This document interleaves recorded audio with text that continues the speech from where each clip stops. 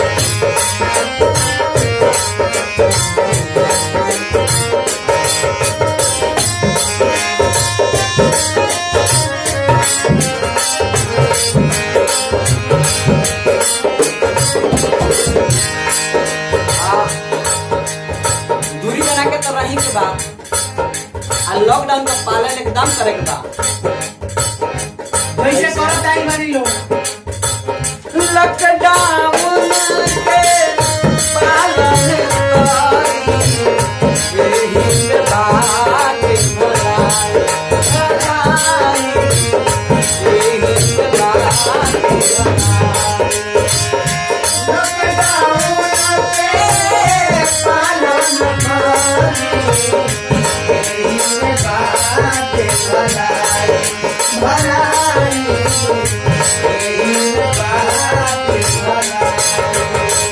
Lockdown का पालन करी। यह दवाई बा, दूसरा कोनो दवाई नहीं है। अगर जेकरा हो जाता ओकर कोनो दवाई नहीं है। दवाई ये बाटे कि जे घर में रही, अलगे रही, दूरी बना के रही। लॉकडाउन के पालन करी, यही बात भलाई, भलाई, यही बात भलाई। कोरोना ऐसन जाल फैलावला, कोरोना ऐसन जाल फैलावला, सबका के दिहल सलाई भाई, रही तानी दूर बना, ओ रही तानी दूर बनाई भाई, रही तानी दूर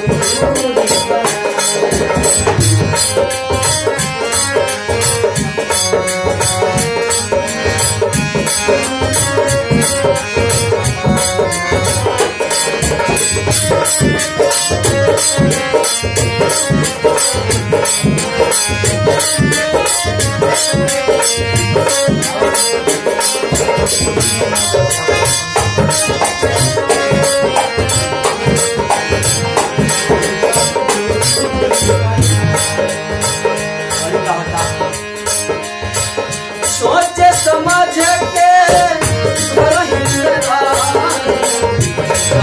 करी चौराई चौराई सोचे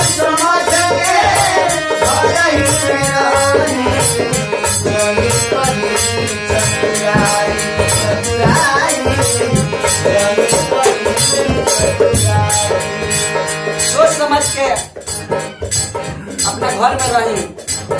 अगर रउआ बचत तो रउआ बचला से राउर बाल बच्चा बची, राउर भाई परिवार बची, राउर परिवार बची, हमारा गांव जवार बची और देश कोरोना मुक्त होई। देखी तनियो से चतुराई करे तो बाहर जब तक डंडा मिली कोरोना जहाँ जब मिली तो घर भर को लोग तो तनी पर गौर करे के बा। सोच के समझ के घर मेरा जानी पड़ी चतुराई जानी पड़ी देखो समझ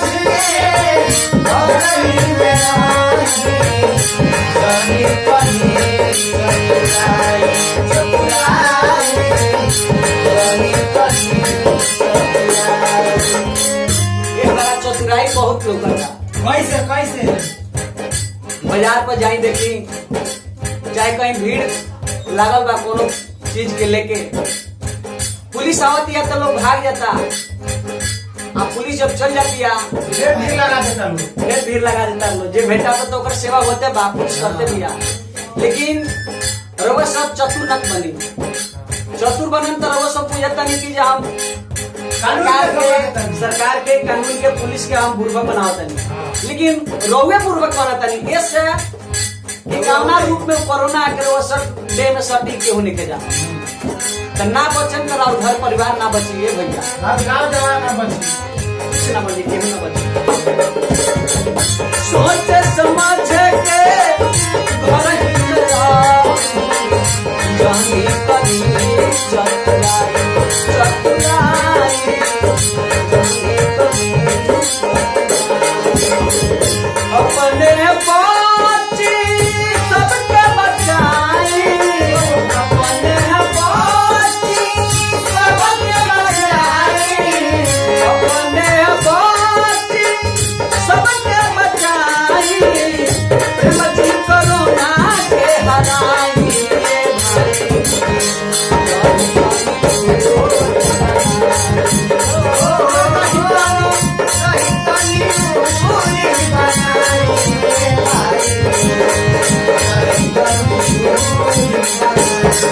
अपने हाथ से अपने जिंदगिया, अपने हाथ से अपने जिंदगिया, माटी के ना मिलाई